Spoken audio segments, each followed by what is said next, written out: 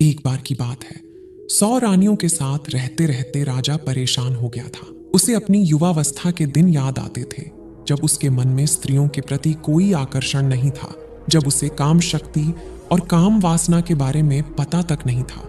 उस समय को याद करके राजा की आंखों में आंसू आ गए, जो कितना ऊर्जावान, कितना जोशिला और कितना ताजगी से भरा रहता था। और आज वह राजा बूढ़ा हो गया था, लेकिन बूढ़ा होने के बाद भी वो अपने काम वासना से छुटकारा नहीं पा सका था। यूं तो उसने हजारों युद्ध जीते थे, लेकिन अपने मन पर वह आज तक विजय प्राप्त नहीं कर पाया था। अपने काम वासना के सामने उसने अपने घुटने टेक दिए थे। अब तो राजा को चिंता होने लगी थी, क्योंकि वो बूढ़ा हो चुका था और किसी भी समय उसकी मृत्यु हो सकती थी। लेकिन मौत को अपने सामने देखकर, जहां पर लोग मोक्ष और मुक्ति की बातें सोचते हैं, वहीं पर राजा काम वासना के विचारों से घिरा हुआ था। उसकी 100 रानियां थीं, सभी एक से बढ़कर एक हसीन थीं और हर रानी के साथ बच्चे भी पैदा किया थे। इतना काम भोग भोगने के बाद भी उसका मन झटपटाता क्यों है? क्यों उसमें अब भी अश्लील विचार आते रहते हैं? राजा सोच में पड़ गया कि क्या मरने के बाद भी ये काम वासना का बोझ मैं अपने साथ लेकर जाऊंगा। राजा आत्मा के सिद्धांत को मानने वाला था, इसीलिए उसने सोचा कि अगर मैंने अपनी काम वासना से अभी छुटकारा नहीं पाया, तो मेरी आत्मा ना जाने कब तक यूं ही भटकती रहेगी। मुझे अपनी आत्मा को मुक्त करने के लिए इन काम वासना के विचारों को यहीं पर छोड़ देना होगा। राजा दिन रात इसी चिंता में डूबा रहता था कि किस प्रकार मैं अपने काम वासना से छुटकारा पा सकता हूं। और इसीलिए एक दिन उसने अपने राजमहल में सभी विद्वानों की एक सभा बुलाई। स्वाभाविक रूप से सभा में चर्चा का विषय काम वासना ही रखा गया था। राजा ने अपने मंत्रियों से पूरे नगर में घोषणा करवा दी थी कि जो भी विद्वान राजा के मन को संतुष्ट कर पाएगा, वो पूरे जीवन काल के लिए राजा का सलाहकार बनकर रहेगा। इसीलिए नगर के सारे विद्वानों में एक होड़ लग गई थी। मंत्रिमंडल के द्वारा तय किए दिन नगर के सारे विद्वान राजमहल में पहुंच गए। कोई अपने हाथ में वेद लिए हुए था, तो किसी के हाथ में उपनिषद थे। ज्यादातर विद्वान राजा को वेद और उपनिषदों के माध्यम से संतुष्ट करना चाहते थे। सभा में तर्क वितर्क शुरू हुआ। राजा ने सबसे पहला सवाल पूछा, ब्रह्मचर्य का असली मतलब क्या होता है? कुछ विद्वानों ने जवाब दिया कि जिस इंसान ने अपने जीवन में कभी भोग नहीं किया होता, वही असली ब्रह्मचारी होता है। दूसरे विद्वानों ने इस बात का विरोध करते हुए बताया कि हो सकता है किसी इंसान ने भोग किया हो, लेकिन वर्तमान में वो भोग का त्याग कर चुका है, तो वो भी ब्रह्मचारी ही कहलाता है।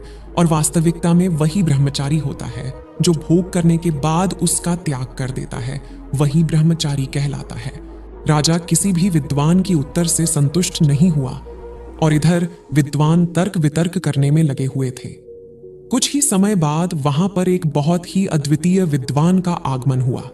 वह अपने साथ 2 अत्यंत सुंदर युवतियों को लाया था। उस विद्वान ने वहां पहुंचते ही सबसे पहले तो देरी से आने के लिए राजा से क्षमा मांगी। उसे देखकर बाकी के सभी विद्वान हंसने लगे। एक विद्वान ने सभा में खड़े होकर कहा कि जो इंसान खुद काम वासना से ग्रस्त हो, वो दूसरे को काम वासना से छुटकारा कैसे दिला सकता है? इस पर उस विद्वान ने मुस्कुराते हुए उससे कहा कि तुम्हें ऐसा क्यों लगता है कि मैं काम वासना से ग्रस्त हूं?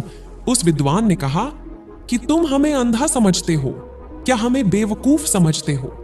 तुम यहां राजमहल में 2 युवतियों के साथ प्रवेश कर रहे हो। इसका मतलब क्या होता है?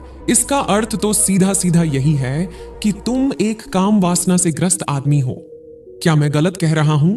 उस विद्वान ने मुस्कुराते हुए जवाब दिया कि महाशय, जिन 2 युवतियों की तुम बात कर रहे हो, वो दोनों मेरी बहनें हैं और वो भी मेरी ही तरह काम वासना की गहरी समझ रखती हैं।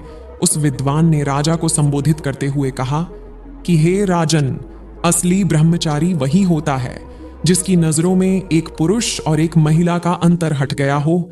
जब किसी इंसान की काम वासना खत्म हो जाती है, जो पूर्ण रूप से ब्रह्मचारी हो जाता है, उसके लिए सभी का शरीर एक इंसान बन जाता है। उसके अंदर किसी महिला को देखकर काम वासना के विचार उठना तो दूर, वो तो भेद भी नहीं कर पाएगा कि ये एक महिला है। उस ब्रह्मचारी के लिए हर एक जीवात्मा एक प्रकार की होती है। शारीरिक रूप से वो उनमें कभी भी भेद नहीं करेगा। उस विद्वान ने आगे बताया कि जो भी विद्वान यहाँ सभा में उपस्थित हैं उन सभी को मेरे साथ ये दो युवतियां दिखी, तो ये तो स्पष्ट हो गया है कि यहाँ पर कोई भी असली ब्रह्मचारी का मतलब नहीं समझता है। सम्राट को वो विद्वान बड़ा ही अनोखा लगा। उसने ना तो कोई वेद पढ़ी, ना कोई उपनिषद का ज्ञान दिया। उसने तो वही बताया जो स्वाभाविक रूप से मनुष्य की समझ में आता है। इसीलिए राजा ने प्रभावित होकर अगला सवाल पूछा कि आखिर एक मनुष्य को ब्रह्मचर्य का पालन करने की क्या आवश्यकता है? जब वो भोग करके जीवन का आनंद उठा सकता है तो वो क्यों ब्रह्मचर्य का पालन करे? इस पर विद्वान ने राजा से एक सवाल किया। उसने राजा से पूछा कि एक बात बताओ कि एक पेड़ ज्यादा ताकतवर होता है या फिर एक बीज? राजा ने उत्तर दिया कि एक पेड़ बीज से ही तो जन्म लेता है, तो इस प्रकार तो एक बीज एक पेड़ से ज्यादा ताकतवर हुआ।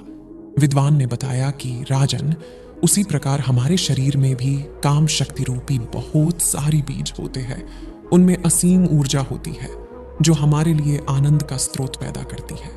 लेकिन काम वासना में ग्रस्त होकर हम अपने काम शक्ति रूपी बीजों को यूं ही नष्ट करते रहते हैं, बर्बाद करते रहते हैं, और उन बीजों के नष्ट हो जाने के कारण एक आदमी ढीला, आलस्य से भरा हुआ, हमेशा थका थका सा रहता है। याद रखना, हमारे भोजन से हमारा रक्त बनता है, रक्त से हमारा मांस, हमारी हड्डी, और अंत में काम शक्ति रूपी बीज बनते हैं जो कि बहुत ही कम मात्रा में बनते हैं। इसलिए अपने मन में उठने वाले काम वासना के लिए उन बीजों को नष्ट करना कहीं से भी सही नहीं है। ब्रह्मचर्य का पालन करने से उन बीजों की शक्ति हमारे आंतरिक स्वरूप में समा जाती है, जो हमारे चेहरे पर तेज पैदा करती है, हमारे शरीर को बीमारियों से बचाती है, और यही काम शक्ति रूपी बीज जब ध्यान के माध्यम से ऊर्जा में परिवर्तित कर दिए जाते हैं तो यही आनंद का स्रोत बन जाते हैं। राजा ने अगला सवाल पूछा जो राजा के जीवन के लिए बहुत ही महत्वपूर्ण था। राजा ने पूछा कि काम वासना से छुटकारा किस प्रकार पाया जाए? विद्वान ने उत्तर दिया कि हे राजन, जो बुद्धिमान होता है वो ये जानता है कि काम वासना रूपी कुएं का पानी जो जितना ज्यादा पिएगा उतनी ही ज्यादा प्यास उसे लगेगी, उसकी प्यास कभी नहीं बुझेगी। इसीलिए या तो वो कभी इस काम वासना रूपी कुएं का पानी पीता ही नहीं, और अगर ग्रस्त जीवन होने के कारण मजबूरी वश उसे इस कुएं का पानी पीना भी पड़ जाता है तो वो सिर्फ एक कुएं का पानी pीता है। उस विद्वान ने राजा को बताया कि हे राजन, आपके जीवन में आपने 100 रानियों से शादी की, लेकिन आपने भी महसूस किया होगा कि जिसकी प्यास बुझनी होती है उसकी प्यास एक ही जगह पर बुझ जाती है, लेकिन जिसकी प्यास नहीं बुझनी होती, चाहे वह 100 स्त्रियों के साथ भोग कर ले, लेकिन फिर भी उसकी प्यास अधूरी रह जाएगी। विद्वान ने सभी को समझाते हुए आगे कहा कि अगर आपके जीवन का लक्ष्य स्पष्ट नहीं है तो आप सभी नाना प्रकार के भोग की वस्तुओं में घिर जाएंगे, लेकिन अगर आपके जीवन का लक्ष्य स्पष्ट है तो आप अपना पूरा ध्यान अपने लक्ष्य को पूरा करने में लगाएंगे, ना कि भोग करने में। राजन, आपने सुना होगा, एक कहावत बहुत पुरानी है कि खाली दिमाग शैतान का घर होता है। इसीलिए एक इंसान को अपने जीवन का लक्ष्य स्पष्ट रूप से दिखाई देना चाहिए। पहले चरण में काम वासना हमेशा हमारे विचारों से उत्पन्न होती है, और अगर हम अपने विचारों को ऐसे जगह पर लगाएंगे जिससे हमारा लक्ष्य पूरा हो सके तो हमारे दिमाग में काम वासना के लिए कोई जगह ही नहीं बचेगी। विद्वान ने राजा को चेतावनी देते हुए कहा कि राजन, याद रखना, भोग करने से ज्यादा खतरनाक काम वासना के विचार होते हैं। वो हमारा मानसिक संतुलन बिगाड़ देते हैं, हमारे दृष्टि को भ्रमित कर देते हैं। उस विद्वान ने सभी को सभा में एक कहानी सुनाते हुए कहा कि एक बार 2 सन्यासी भिक्षा मांगकर अपने आश्रम में वापस आ रहे थे। रास्ते में एक नदी थी, उनका आश्रम नदी के उस पार था, इसीलिए उन्हें नदी पार करके जाना होता था। एक दिन जब वो भिक्षा मांगकर अपने आश्रम में वापस लौट रहे थे तो नदी के किनारे एक महिला बैठी हुई थी। उस महिला ने दोनों सन्यासी से पूछा कि क्या आप मुझे नदी पार करवा सकते हैं? उनमें से एक सन्यासी ने तो छूटते ही मना कर दिया। उसने अपने मन में सोचा कि मैंने तो ब्रह्मचर्य का व्रत ले रखा है, मैं किसी स्त्री को छू कैसे सकता हूं? दूसरे सन्यासी ने उस महिला को अपने कंधे पर बैठा लिया और अपने कंधे पर बैठाकर उसने उसे वो नदी पार करवा दी। यही बात उस पहले सन्यासी को आकर गई। जब वो उस महिला को दूसरे किनारे पर छोड़कर अपने आश्रम के रास्ते से वापस अपने आश्रम आ रहे थे, तो उस सन्यासी ने कहा कि तुमने यह ठीक नहीं किया। तुम्हें उस महिला को अपने कंधे पर नहीं बैठाना था। तुमने उसे नदी पार करवाकर बहुत बड़ी गलती की है। इसलिए मैं तुम्हारी शिकायत गुरुजी से करूंगा।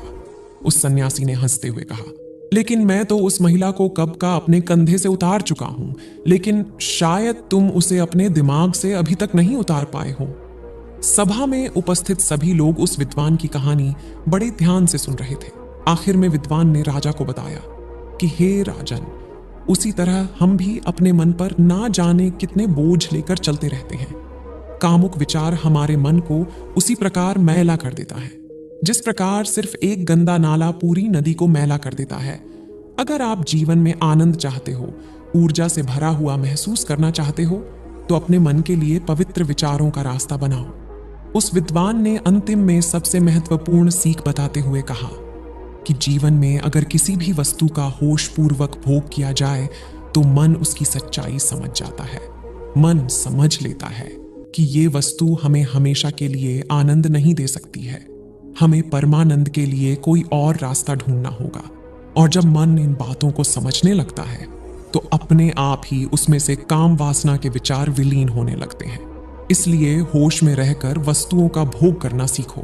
ये सुनकर राजा ने प्रश्न किया कि होश पूर्वक भोग भोगने से तुम्हारा मतलब क्या है। इस पर उस विद्वान ने राजा को समझाते हुए उत्तर दिया कि जिस मनुष्य का मन एक काम में पूरी तरह से नहीं लग पाता है, वो किसी भी कर्म को परिपूर्णता में नहीं कर पाता है। इसीलिए उस कर्म का फल हमें पूरी तरह से नहीं मिल पाता है। उदाहरण के लिए, जब एक मनुष्य किसी दूसरे मनुष्य को दान देता है तो दान देते समय उसका मन किसी लक्ष्य की प्राप्ति के लिए सोच रहा होता है। उसी प्रकार जब कोई व्यक्ति भगवान से प्रार्थना करता है तो वो उनकी पूरी मन से, भक्ति भाव से आराधना करने की बजाय वो अपनी इच्छा प्राप्ति के लिए प्रार्थना कर रहे होते हैं। राजन, आप खुद सोचो, अगर कोई मनुष्य पूरे मन से कोई कर्म करता ही नहीं तो उसे उस कर्म का पर्याप्त फल कैसे प्राप्त होगा? ये तो असंभव सी बात लगती है। राजन, जो जीवन में घटित हो रहा है उसे घटित होने दो और आखिर में यही तुम्हें अंतिम सत्य तक पहुंचा देगा। लेकिन जो कुछ भी घटित हो रहा है उसमें तुम अपना पूरा मन लगाओ।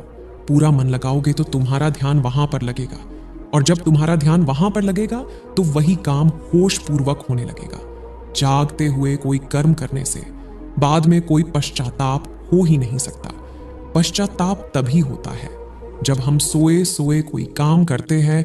उसी प्रकार हम सोए सोए ही सोचते रहते हैं कि हमें काम वासना से छुटकारा पाना है, लेकिन यह सब संकल्प आदमी सोते सोते ही लेता है।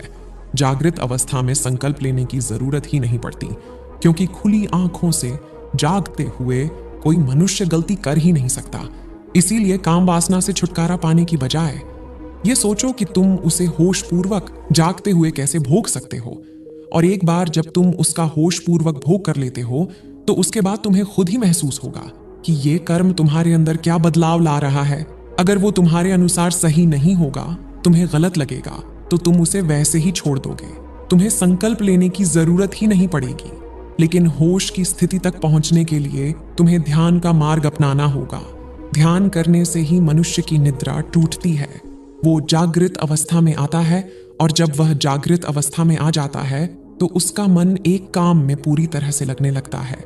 और उसके बाद होश पूर्वक उस कर्म को करने के बाद उस कर्म की सच्चाई को हमारा मन अपने आप ही समझने लगता है। विद्वान ने अपनी बात को और गहराई से बताते हुए समझाया कि सोए हुए इंसान को तो रास्ते पर पड़ा हुआ सांप भी दिखाई नहीं देता है। वो भी उसे तब पता चलेगा जब वो सांप पर पैर रख देगा। और इसी प्रकार तो हर इंसान काम करता है। जब वो रास्ते पर चलता है तो अपने विचारों में, अपने भविष्य की योजनाओं में उसका मन हमेशा उलझा रहता है। उसका ध्यान अपने चलने पर तो होता ही नहीं है, तो रास्ते पर कहाँ से होगा? ये सब लक्षण एक सोए हुए मनुष्य के होते हैं। और जब वह मनुष्य यह महसूस करता है कि वह कितनी गहरी निद्रा में है, तो उसी समय उसके जीवन में ध्यान का उदय होता है।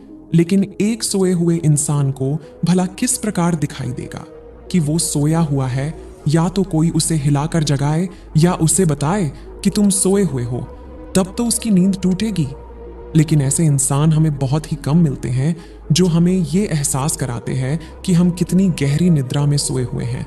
हमारा मन विचारों का, भविष्य की योजनाओं का, अतीत के दुखों का एक उत्तराधिकारी बन गया है। वो राजा इस विद्वान के उत्तरों से बहुत प्रभावित हुआ और उस राजा ने इस विद्वान को पूरे जीवन भर के लिए अपना सलाहकार बना लिया। दोस्तों, कहानी कैसी लगी कमेंट में जरूर बताना। धन्यवाद।